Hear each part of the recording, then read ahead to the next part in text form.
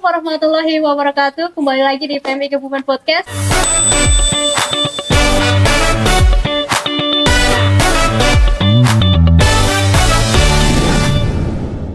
Podcast kali ini nggak cakep-cakep guys. Karena luar biasa bintang tamu pada sore hari ini hawanya cerah. Nggak biasanya kita podcast di outdoor kayak ini. Biasanya kita ada di studio, kita akan keluar nih studio. Siapa bintang tamu kita yang hadirkan spesial di PMI Kebumen Podcast? Nah, lain kita sambut yang tepuk tangan yang meriah untuk bintang tamu kita pada sore hari ini nih. Yang nonton banyak banget nih. Ada di sebelah sana banyak banget ya. Karena tamunya spesial, nggak hanya lokal, nggak hanya nasional. Tamu kita spesial dari internasional, langsung dari negara nah cakep-cakep atau kakaras gitu, nah Upi atau dari Malaysia. Nah, ada apa sih bintang tamu atau warga Malaysia yang ke Indonesia sehingga kita akan podcastkan? Nah, ini cerita menarik teman-teman bahwa kita sudah mengangkat sebuah kasus ataupun sebuah problem kemanusiaan mengenai RFL, Restoring Family Links, di mana pencarian atau pemulihan hubungan keluarga yang terpisah. Nah, kita hadirkan bintang tamu. Ini warga Malaysia terpisah dari Indonesia atau ini warga Malaysia kepisah dari Kebumen gitu. Nah, ini pasti akan menjadi pertanyaan yang menarik buat teman-teman, makanya kita akan langsung cakep-cakep bersama warga Malaysia. Kenalin untuk yang di sini namanya dengan Ali. Mas Ali gitu. Malaysia tapi ini ya Bun Arab gitu ya. Kalau Bapak ini yang tengah dengan Misnan Bapak Hasan. Misnan Hasan. Bapak yang baju itu? Ini Pak Adi. Pak Adi. Saudaranya Pak Adi. Saudaranya Pak Hasan. Saudaranya dari Pak Kebumen. Hasan Kebumen. Dan yang itu udah kenal. Ya, saya kenalin lagi adanya dengan Mbak Hafifah Umami atau Biungnya PMI Kebumen. Oke. Baik teman-teman, nyambung lagi bahwa RFL ini kita sudah mengangkat ini kurang lebih 30 tahun ya Bun, proses RFL ini, sehingga kita menemukan warga Malaysia yang kehilangan atau belum pulih hubungan keluarganya setelah adanya konflik ataupun situasi pada saat itu yang berhubungan dengan zaman penjajahan dulu. Bagaimana ceritanya kita akan langsung tanyakan. Baik, selamat datang di Kabupaten Kebumen, Mas Ali, Pak Misnan, Pak Kadi gitu. Iya, kalau dua orang ini keluarga kami dari Malaysia, terkait dengan kasus RFL ini, mungkin saya akan langsung tanya ke beliau, boleh ya Bun ya? Boleh. Mas Ali dan Pak Misnan gitu. Ya. Bagaimana sih kok bisa terpisah dengan anggota keluarganya selama 30 tahun hampir ini gitu? Bagaimana kronologi awalnya gitu? 70 tahun malah ini baru tahu, baru ketemu. Nah iya, apalagi hari ini kita baru ketemu ya Bun ya dengan keluarganya yang ada di Kabupaten Kebumen gitu. Ya. Boleh ceritakan Pak? Ya, terima kasih di atas jemputannya RFL ke studio di luar ini ya. Outdoor. Studio outdoor. Jadi mengimbas balik cerita yang diceritakan oleh almarhumah ibu saya. Ibu saya bernama Ramni binti Taswan. Berkahwin dengan arwah ataupun Allah yarham Hasan bin Jasmin di tanah Melayu yaitu ataupun Malaya. Saya dipahamkan juga bahwa arwah Hasan bin Jasmin ini datang ke Malaya ketika itu dibawa oleh penjajah, sama ada penjajahan Jepun ataupun Belanda lah. Sebelum itu, karena ikutnya ceritanya Indonesia kan mulai dijajah lama oleh Belanda, ya, kemudian diikuti oleh British kalau tak silap ya. Betul kan kalau saya tak tepat saya punya sejarah mengenai Indonesia kedatangan penjajah ni. Tapi yang saya paling tahu lama dijajah oleh Belanda. Tadi saya ziarah ke desa Pekuncen, masjidnya Soko Tunggal itu 1778 ya. Betul ya? Mana zaman itu kita moyang kita yang ada di sini sudah bertapak di desa Pekuncen itu, ya. Jadi itu yang saya tahu. Bapak saya bernikah dengan ibu saya orang Malaysia, dan pada tahun 1954 saya sudah kehilangan bapak saya. Bapak saya meninggal ketika saya berumur 3 bulan. Dan dia punya anak, abang saya yang sulung umur sekarang 78 lebih kurang, dan kakak saya yang tengah bernama Tumini Kasan berumur 73 tahun. Jadi itu ceritanya. Dan mengapa saya mencari leluhur saya? Pertama, terlalu rindu wajah ayah saya yang tak pernah saya lihat. Jadi hati itu terus mencari, cari. Ayah kamu ada di desa Pekuncing, Gombong. Itu saja yang saya dapat dengar daripada almarhumah ibu saya. Jadi setelah itu saya mula melacak dengan bantuan PMI, markas besar ketika itu. Unit ini dipanggil TMS, Tracing Mailing Service. Merupakan dinas saya juga sebelum itu, yang mana saya menganggotai kaki tangan ataupun staf kepada ibu pejabat. Di sini panggil markas besar lah, ibu pejabat kebangsaan Persatuan Bulan Sabit Merah Malaysia di Kuala Lumpur. Saya mulai masuk 1972 dan saya pensiun 2020. 1 bulan 11 2020 saya dah pensiun. Kemudian saya tinggalkan Bulan Sabit Merah dah masuk 25 5 tahun lah.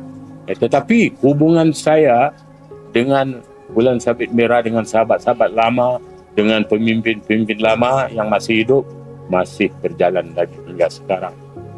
Dan kerja saya juga membantu pelarian-pelarian Vietnam yang sudah migran ke negara ketiga, yang juga mencari keluarga mereka. Dengan ilmu yang saya ada, belajar daripada TMS, saya dapat juga membantu mengesan, menjumpai sama ada kubur-kuburnya ya, ataupun tapak-tapak di mana mereka mendarat ya, ketika itu. Sebab ketika itu daripada 1978 saya sudah ditugaskan di Pulau Bidung, Kuala Terengganu, iaitu di pantai timur Malaysia. Samalah dengan rakan-rakan saya yang di TMS ditugaskan di Pulau Galang, tempat penempatan pengungsi-pengungsi Vietnam. Ya, jadi di situ dia punya susul galon. Mengapa saya mencari? Setelah saya cari, saya pertama jumpa dengan Pak Sat Siswo Nirmolo, merupakan KSR daripada PMI Kebumen. Ketika itu kami bertemu di Temu Karya peringkat internasional, di mana saya mewakili Bulan Sabit Merah Malaysia. Ketika itu baru saja nikah, umur lebih kurang 25 tahun lah. Ketika itu berjumpa dengan Pak Sat. Kemudian saya berikan nama dan informasi ayah saya, Hasan bin Jasmin, Desa Pekuncen. Masa itu saya tak tahu Sempur rupanya kecamatannya. Sebut Desa Pekuncen, Gombong, Kebumen, Jawa Tengah. Jadi itu. Setelah 1996 saya leka barangkali, terlupa nak susul semula. Tapi alhamdulillah sepupu saya yang bernama almarhum Samsudin bin Dullah Rasad adalah sosok yang sama berhijrah ke Melaya ketika itu, ketika zaman Jepang kalau tak silap saya. Ketika itu umur ayah saya ingat dalam puluhan, 20-an gitulah, bersama dengan Dullah Rasad. Dullah Rasad berkahwin dengan orang Malaysia di Perak, sampai sekarang ada lagi istrinya ya. tapi dia sudah lama meninggal. Dan juga anak dia yang Samsudin itu pun juga sudah meninggal. Yang itu yang jadi kendala saya untuk mendapatkan more information ataupun maklumat yang lebih detail bagi mengesan semula. Jadi selepas saya pensiun, hati itu tambah kuat lagi untuk terus mencari. Saya hubungi semula Pak Arifin Hadi sebagai Ketua Penanggulangan Bencana di Markas Besar supaya menghubungi, dia bagikan alamat Pak Idon, ya, RFL Head di Palang Merah Markas Besar, supaya menghubungi Mbak Afifah Umami di depan kita nih sekarang sama saya, alhamdulillah. Dan daripada situ Pak Afifah boleh kupas lebih panjang sebab saya lebih suka mendengar, sebab saya suka mendengar berita yang sangat penting. Dan pagi ini saya sudah ketemu kuburannya ataupun pusara leluhur saya yang diberikan kerjasama yang baik, yang baru ketemu baru 1 hari dengan ya pangkat anak juga nih, ya belah. Jadi gitu ceritanya.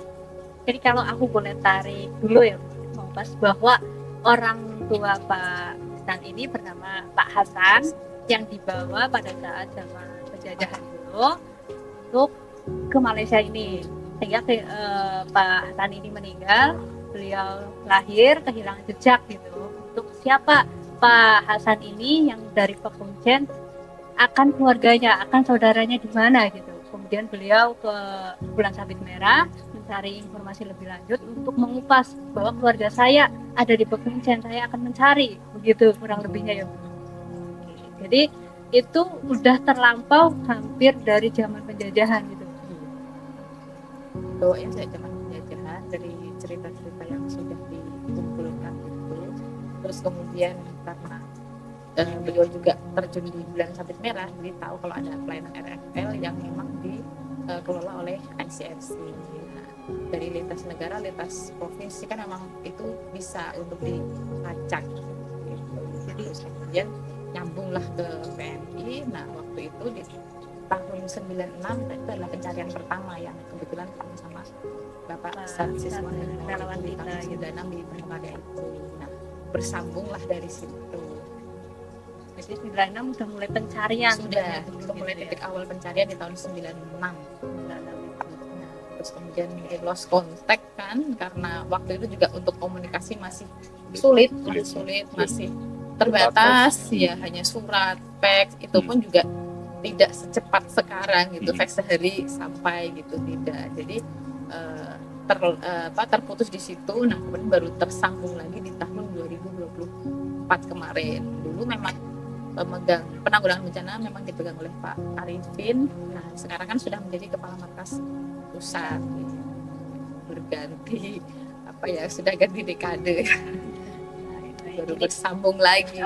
Jadi 96 udah pernah dicari tapi kehilangan jejak karena kita keterbatasan teknologi dan alat sambung komunikasi baik dari pemerintah dan relawan kami, sehingga belum ketemu di tahun itu gitu ya. Kemudian lanjut di tahun 2024 kita menerima instruksi dari PMI pusat. Saya langsung dihubungi dari pusat, arahan dari Pak Arifin melalui Mas Idon, minta tolong untuk diproses nih RFL-nya lagi, ditindaklanjuti lagi. Gimana awal mulanya kamu menerima informasi RFL ini dari pusat, sehingga pada saat 2024 tahun kemarin di bulan Apaka terus lanjut kita bagaimana nih, mungkin teman-teman PMI Kebumen podcast pengen tahu nih bagaimana sih investigasi PMI Kebumen dalam mencari gitu. Apalagi kan dari 96 kita belum menemukan, rentan waktunya kan cukup lama ya, 30 tahun, sehingga 2000 ya hampir 30 tahun kan. 20 tahun udah seusia, berarti masih bayi dulu ya. 2 tahun. Oh 2 tahun. Nah ya itu kan. Nah itu gimana Bun? Kalau boleh kita kupas di sini untuk kita kasih tahu investigasi selama 30 tahun ini menemukan kebenarannya baru terungkap gitu.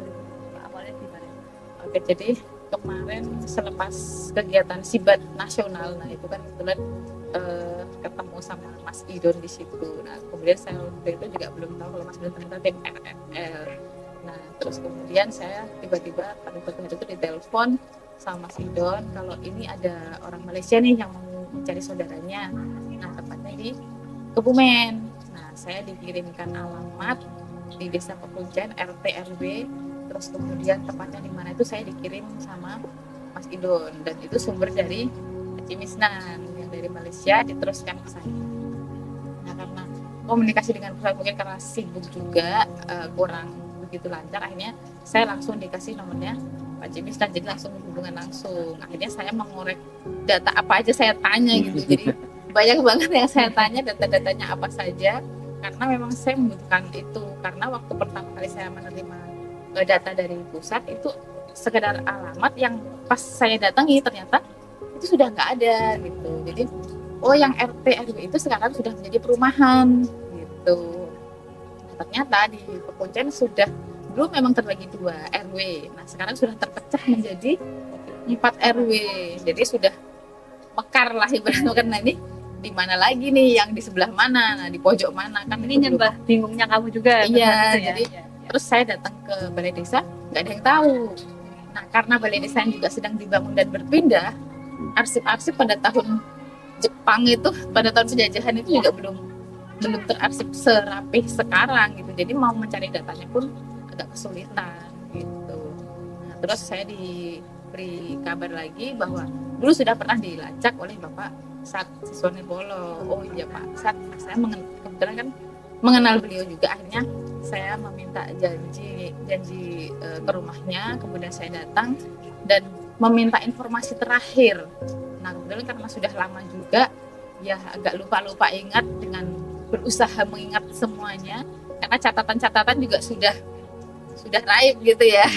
Karena markas PMI Kebumen sendiri pun sudah berpindah-pindah sejak tahun itu, sudah berpindah berapa kali aja gitu.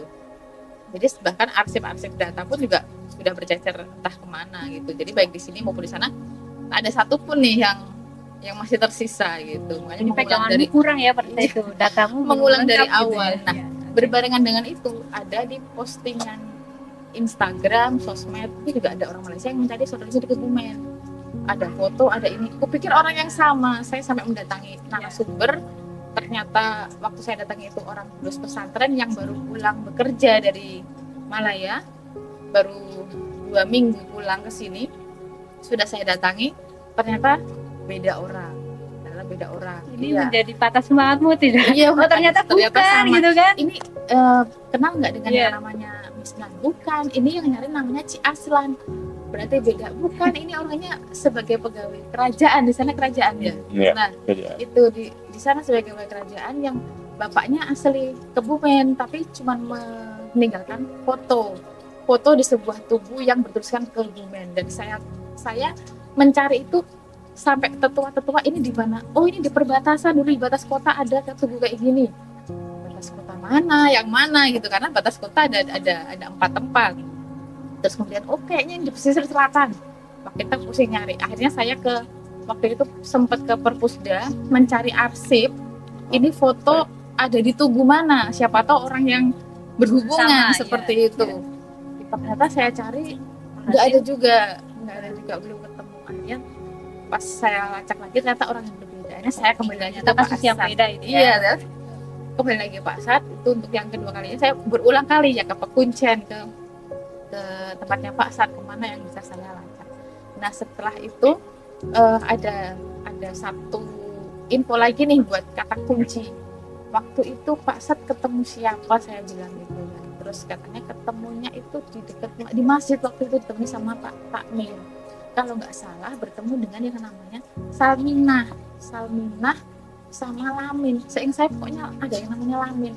Nah itu saya lacak lagi Masjidnya Masjid Soko Tunggal. pokoknya. Saya datanglah ke orang di sekitar Masjid Soko Tunggal yang paling tua katanya. Nah waktu itu saya ketemu Mas Freddy juga, ada teman orang asli situ yang katanya itu masih keturunan dari perangkat masjid gitu. Nah saya datang ke rumah Bu Umi waktu itu. Sama Bu Umi, segala album yang ada di rumahnya dikeluarin semua. Mana ada nggak foto yang mirip dengan Pak Karim? Muhammad Karim. Muhammad Abang Karim, saya karena yang sulung. itu yang apa ya, dianggap mirip dengan yang namanya Kasan Jasmine, dan besar keturunan biasanya kan mirip-mirip gitu ya, kayak saya, adik saya biasanya, oh iya ini mukanya, bentuknya, rahangnya sama nih. Dilihat semua dia aja, nggak ada yang sama gitu, nggak ada yang sama. Ini kemana lagi saya nyari gitu. Nah, terus aduh, udah saya terus satu kata kunci lagi, nggak ada yang tahu Lamin, nggak ada yang tahu Salmina, karena waktu itu juga penduduk situ ternyata masih jarang, tidak sepenuh yang tadi kita kunjungi itu kan sudah berjajar penuh penduduk, itu masih jarang rumah. Yang disebutkan hanya di situ ada rumah reot, rumah gedek lah istilahnya, itu rumah dari bambu, rumah bambu di situ. Terus kemudian ada kata kunci lagi takmir. Coba saya minta alamatnya takmirnya di mana sih gitu. Terus kemudian saya datang ke rumah takmir itu. Setelah saya telusuri, karena katanya waktu pertemuan teman-teman Pak Takmir, ternyata Takmir yang dulu sudah meninggal.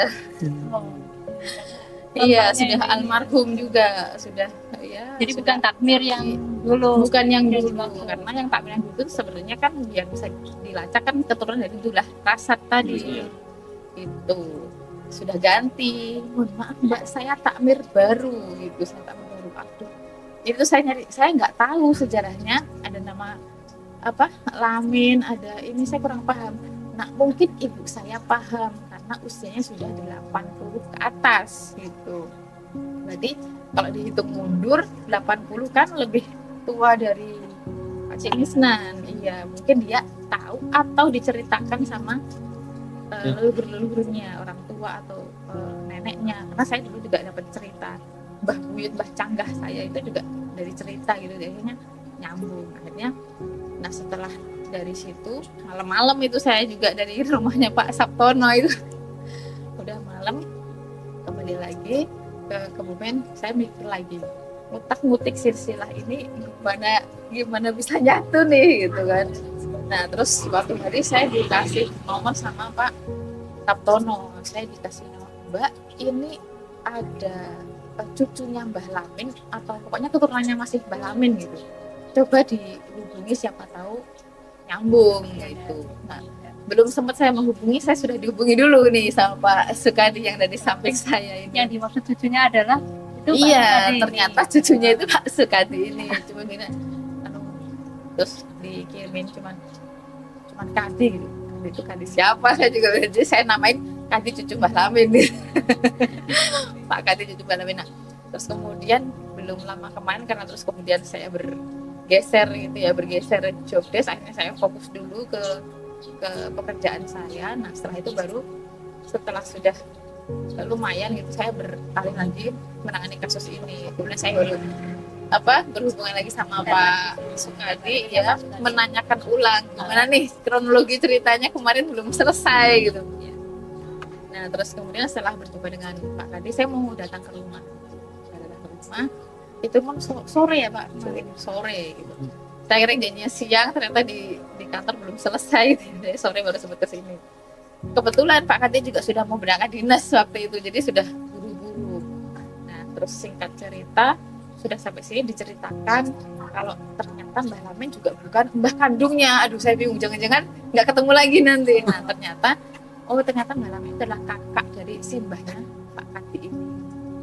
kakak kandung. Iya, kakak kandung. Lah terus Mbak Kadi itu keturunan dari mana? Saya tanya. Mbah Temblek itu siapa? Adiknya Mbah Lamin. Terus saya tanya lebih detail, ada nggak silsilahnya? Saya nggak hafal silsilahnya, saya hanya hafal sampai ke Simbah. Ya, itu ke kakek, ke datuk. Nah terus bisa ketemu dengan paman saya gitu yang lebih tua. Akhirnya ketemulah dengan pamannya malam-malam juga waktu itu. Saya mendatangi Pak Komin, kemudian beliau cerita silsilah. Saya belum menyebut nih nama Kasan, belum menyebut.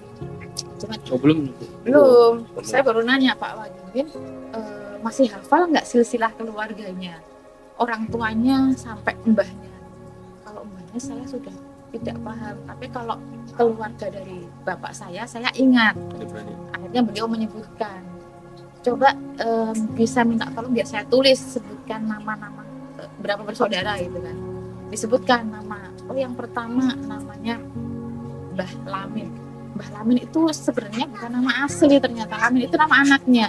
Jadi bapaknya Lamin jadinya Lamin, ternyata namanya Pak Marta. Nah, Pak Marta, terus kemudian Nini Omo, ternyata Omo itu suaminya. Jadi suaminya Nini Marta ini. nama istrinya Sakiem, tapi panggilnya Nini Omo gitu kan. Gitu. Nah, terus kemudian siapa lagi? Ada Rasiem. Terus ada siapa lagi? Ada Mbah Temblek. Terus ada siapa lagi? Nah, tiba saatnya yang nomor 6, Kasan. Bener ini Kasan. Saya berulang-ulang gitu. Langsung ya, Bu? Langsung ada gitu. Bener ini Kasan. Iya, Kasan. Bukan kakaknya Bener, sebut dulu ya. Gitu. Bukan. Kasan. Itu kali pertama dengar nama Kasan daripada Iya, Mbak nomor Bes. 6. Terus kalau Bapak dari anaknya siapa? Nah, kalau Bapak saya admin. Gitu. Admin itu yang terakhir gitu. Adiknya Kasan itu. Saya madek. Ini beneran ini Kasan ini. Dan ketemu terus waktu karena gelap ya, saya nggak begitu berdiri, saya melihat face-nya sama gitu, saya kaget. Ih, beneran ini agak mirip gitu, mirip ininya, bentuk ininya. Iya, terus nah dari situlah terus ya udah saya kerjakan dulu, ini suaminya siapa, anaknya siapa, udah saya tulis semua. Kemudian saya kembali lagi ke PMI Kebumen, berhubung sudah malam saya lanjutkan lagi besoknya, saya tulis silsilah itu. Buat silsilah ya. Iya. Terus selanjutnya saya mengabari Pak Sukadi juga, kemudian mendengar kedatangan Pak Cik Misnan, rencana mau tanggal ini. Wah, saya sudah panik, ini kalau belum ketemu gimana kan. Alhamdulillah ada titik temu itu. Sempat waktu kemarin teman-teman ada yang ke Tanah Suci, saya sampai nitip doanya bukan nanti saya punya ini, enggak, saya titip doa RFL saya selesai. RFL-nya ketemu itu saja karena sudah sekian tahun gitu, hampir 30 tahun cari yang baru. Kesampaian ini akhirnya mendaratlah di rumah Pak Sukadi. Kemudian kemarin berkoordinasi, ya nanti kesini saja, bertemu di sini. Dan saya kemarin minta Pak Sukadi coba dikumpulkan semua para tetua-tetuanya, sesepuh yang memang masih paham. Akhirnya ketemu juga kan tadi istrinya Pak Jasmine, namanya Mbah Saku. Nah, tahu Jasmine itu dari mana selain dari riwayat dari teman-teman yang di sini seangkatan. Waktu malam itu juga ada yang nimbrung Pak siapa itu yang waktu rumah Pak Wagimin, Pak Bejo. Nah, itu juga bilang, oh iya Nek Kasan itu saya ingat Mbak karena saya diceritakan oleh bapak saya. Loh, jenengan kok tahu sejarah itu dari mana? Tapi saya dulu cerita bapak saya itu orangnya hilang entah dibawa kemana. Ini makin kuat lagi ya? Iya, makin kuat lagi. Loh, kok tahu jenengan siapa? Ternyata kata Pak Sukadi, ini dulu rumahnya belakangnya Mbah Marta itu. Ternyata rumahnya depan belakang. Pantesan tahu sejarah itu, ya gitu kan. Nah, terus setelah itu, wah makin, wah ini udah merinding nih ketemu. Nah, akhirnya begitu saya balik, terus saya komunikasi sama Pak Kati, dikumpulkan mbah-mbahnya itu. Ternyata setelah ditanyakan juga, iya itu ada Nini Sagu tadi, ternyata Mbak bibinya masih ingat yang usia sudah 80 ke atas, hampir 90. Jadi udah sepuh-sepuh ya. Memang kenapa agak sulit karena untuk angkatan usia itu sudah nggak ada semua gitu, udah nggak ada gitu. Jadi Wak Jasmine ini adalah orang tua dari Pak Hasan. Pak Jasmine itu orang tua dari Kasan. Iya, Iya, orang tua. Nah, iya Pak Misnan Nanti ini ada kakeknya Kasan bin Pak- Kasan. kakeknya Pak Misnan. Ada terus ada satu sumber lagi dari Bu Jamilah yang mengantar ke sini. Ya dulu kan dibawa merantau ke Jakarta emang masih muda juga, jadi nggak begitu ini. Coba ditanya sama Bu Jamilah, karena Bu Jamilah waktu malam itu juga telepon saya kan, penasaran gitu. Saya juga nanya ke bapak saya, Mbak, lah bapaknya umur berapa Bu? 100 tahun, masih hidup, masih sampai sekarang masih ingat, masih sampai beberapa kali meyakinkan itu usia segitu masih ada gitu. Legendaris banget, masih. Dan beliau menyampaikan, iya ada namanya Wak Jasmine. Ternyata setelah tadi ke Mbah Boyem, beliau kan bercerita ternyata Wak Jasmine memang orang yang paling tua, mereka kakak tertua di saudara-saudaranya, makanya semuanya manggilnya Wak Jasmine paling tua. Ternyata tadi Mbah Boyem juga, oh bener, berarti Mbah Boyem aja cerita kalau yang paling tua.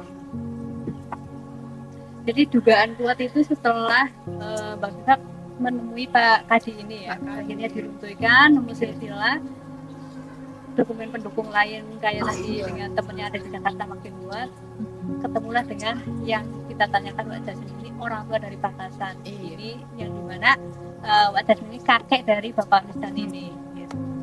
Pak Sukadi, saya pengen nanya lanjut ke Pak Sukadi. Pak Sukadi, bagaimana tanggapan ketika Pak Sukadi ditemui oleh tim RFL Kebumen ini? Wah, ada apa mungkin kan gitu? Ada siapa, saya nggak merasa kehilangan keluarga mungkin kan seperti itu pada saat awal gitu. Bagaimana tanggapan Pak Sukadi? Terima kasih waktunya. Pertama-tama waktu saya mendengar kabar, karena saya sedang melaksanakan poskamling, bahwa ada kabar ada saudara yang mencari Mbah Lamin. Saya langsung inisiatif cepat. Jadi saya kaget, hati saya ini berarti saudara, sudah pasti karena memang Mbah Lamin itu dengan bahasa saya Kak Beradik. Berarti kalau mencari Mbah Lamin berarti sama saja mencari mbah saya. Nah, kemudian samping itu kenapa hati saya berdebar pada saat dengar suara Mbah Lamin, karena dari kecil saya sudah bermainnya di rumahnya Mbah Lamin dari umur belum sekolah ya. Tiap hari ke Mbah Lamin, terus pulangnya malam, terus datang lagi, setiap hari ada sampai 10 kali lah.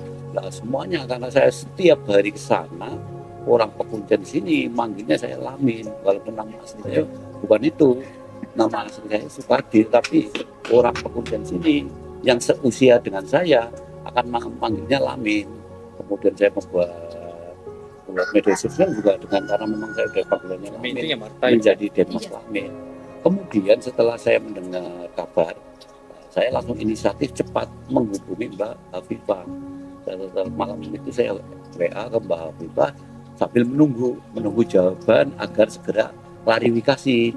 Tapi pada saat itu Mbak Hafifah tidak membalas. Saya nunggu tiap malam, jadi penasaran dulu kayaknya Pak. Tiap malam iya, menahan dulu nih kalau dibalas apa saya salah atau memang kurang sopan bahasa saya. Dan ternyata Mbak Hafifah sedang sibuk. Jadi selama 3 bulan tersebut Mbak Hafifah sedang penyesuaian tempat yang baru atau bikin overthinking Pak Kadi sebenarnya. Bisa. Nah, tahu-tahu setelah 3 bulan, setelah kurang saya perhatikan karena saya sudah merasa putus asa. Ini saya mau mencari tapi kok nggak ada balasan. Akhirnya agak-agak lupa, tahu-tahu ada WA. Nah, WA Pak Kadi di rumah apa enggak? Saya ini mau melanjutkan yang masalah Mbak Lamin. Terus dari pagi sudah saya tunggu. Kemudian datangnya Mbak Hafifah malam hari, kemudian ya sore Mbak Hafifah menjelaskan ini loh, sudah mempunyai saudara yang berada di Malaysia ya, karena zaman penjajahan berakhir berpisah dengan keluarga di Gombong. Kemudian setelah saya lihat silsilah, kemudian saya bertanya juga ke yang umur lebih tua, ke lilik saya, ke paklik saya namanya Pak Gimin, ya kan, orang tuanya Pak Gimin dengan mbah saya Kak Beradik. Namanya Pak Admin dengan Mbak Temblek itu kakak adik. Sedangkan Pak Admin itu adiknya Pak Hasan.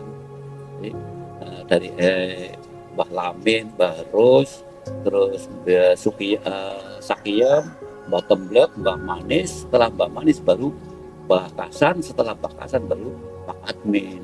Itu seperti itu. Kemudian setelah saya menyampaikan ke lilik saya ini sudah pasti, saya mengiyakan ke Mbak Hafifah supaya segera ke sini, karena mau bagaimanapun namanya saudara tetap ditunggu, apalagi belum bertemu. Itu saya sangat menunggu. Setiap hari saya bilang sama istri saya, ini kapan saudara saya datang, kapan saudara saya datang. Kemudian juga saya mau mengucapkan terima kasih, yang sebesar-besarnya kepada PMI, dari PMI Pusat Jakarta. Saya mengucapkan terima kasih yang sudah membantu saya. Kemudian ke PMI Kebumen juga saya terima kasih banyak sudah meluangkan waktunya dengan tenaga ini.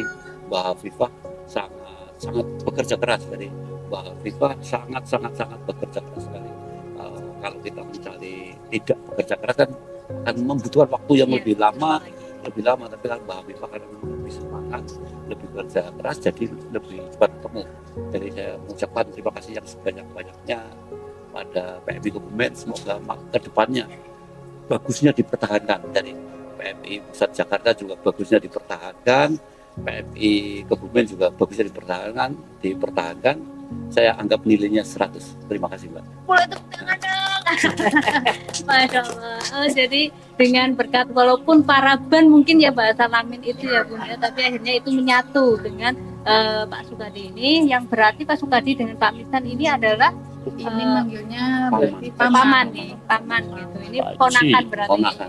Saya dengan dia sepupu. Kuku ini berarti. Padahal udah deket ya Bun ya. Nah, ini kan Mas Ali gitu, bahwa Mas Ali putra dari Pak Misnan gitu. Pak Misnan. Mas Ali kenapa mau mempertahankan, mendampingi Bapak sampai mencari yang akhirnya ketemu dengan sepupu sendiri Mas Ali ya? Gimana tanggapan Mas Ali ya? Ini Alhamdulillah ngobrolnya mungkin sampai hari Jawa ini. apa? Jawa bisa. Mungkin ini akan mengurai air mata ya. nak cakap Melayu boleh, nak cakap Indonesia Jawa nanti Cakap ada Indonesia. translationnya ya. Wah, nama kerjaan nih kayaknya.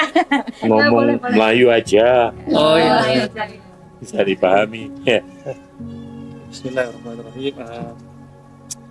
Namanya saya terima kasih kepada tim PMI pusat dan juga tim di Kebumen ya, atas usaha yang baik ini semoga Allah berkati segala kerjanya.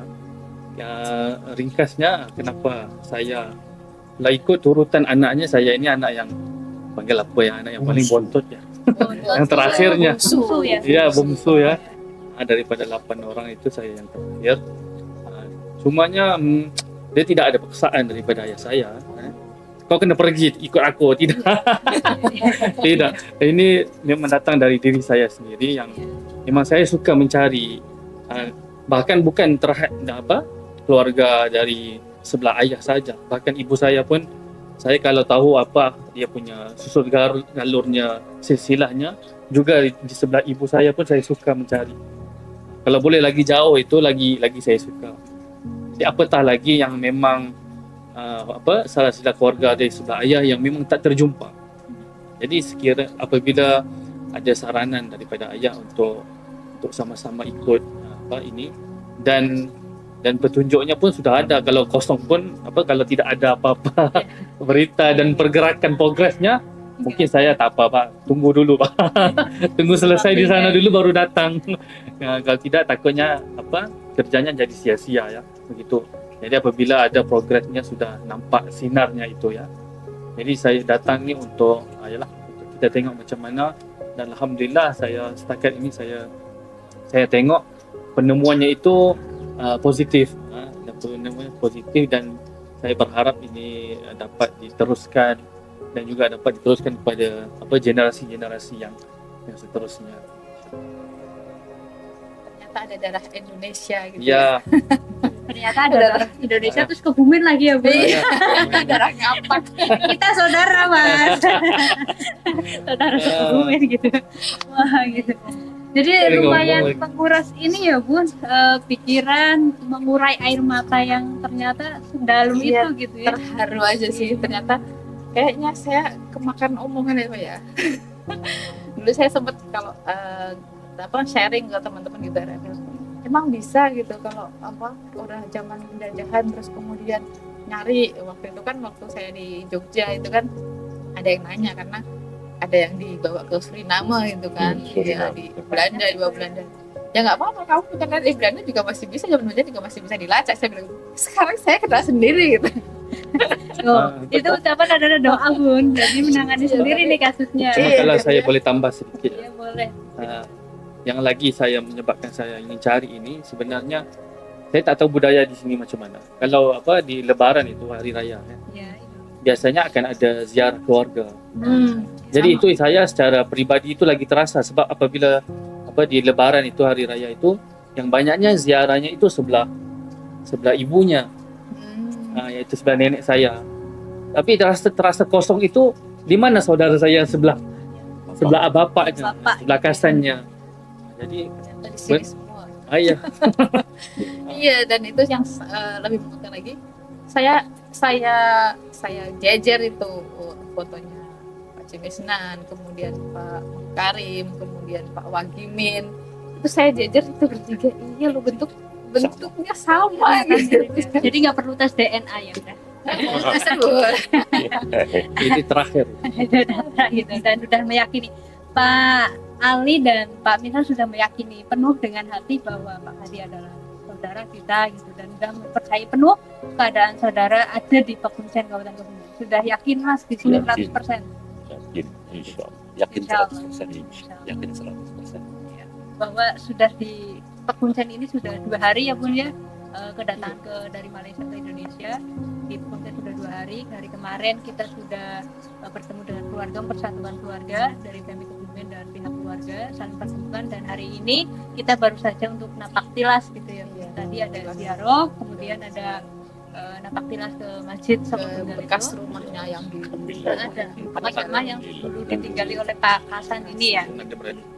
Ya, alhamdulillah. Mudah-mudahan hikmah apa nih Mas Ali yang bisa Mas Ali petik gitu, atau ada kebayang nggak mungkin ke depannya ini udah bertemu keluarga gitu, mungkin akan main nih ke Pekuncen setahun atau setiap lebaran akan pulang gitu. Hikmah apa yang bisa Mas Ali petik dari Mudik. kejadian Bapak? pulang kampung. Iya, Iya. silakan Mas Ali. Ringkasnya kalau saya nampak ini, sebelum ini mungkin kampungnya biasanya pulangnya di satu tempat aja. Tapi akan datang itu pulangnya ke Indonesia kita. Pulang kampung mudiknya ke Siap. Indonesia guys. Kita main liburannya ke luar negeri, ini pulang kampungnya ke Indonesia gitu ya. Sama aja. Iya, gitu Mas Gitu. Ali. Ke Kebumen lagi ya. Mengajak keluarga yang lain. Iya, sama Iya, dengan iya. keluarga dan Jadi keluarga Malaysia, keluarga Kebumen Keluarga Indonesia besar gitu di ya. sana, iya ke Iya, Indonesia kan, ya. berdelapan rombongan gitu. Siapa Kadi?